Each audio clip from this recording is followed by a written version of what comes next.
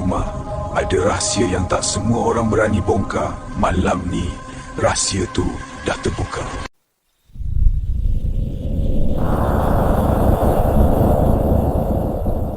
Sepatutnya malam biasa, tapi sejak malam tu tingkap bilik ni tak pernah sama lagi.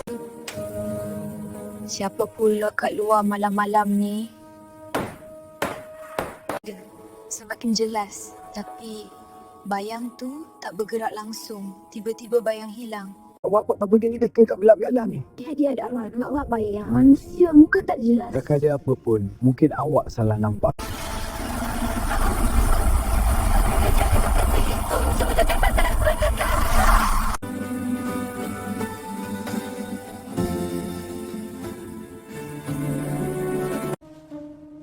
Rupanya dari dulu lagi, yang seram tu bukan pada rumah, tapi pada mereka. Kalau kau rasa cerita ni seram, jangan lupa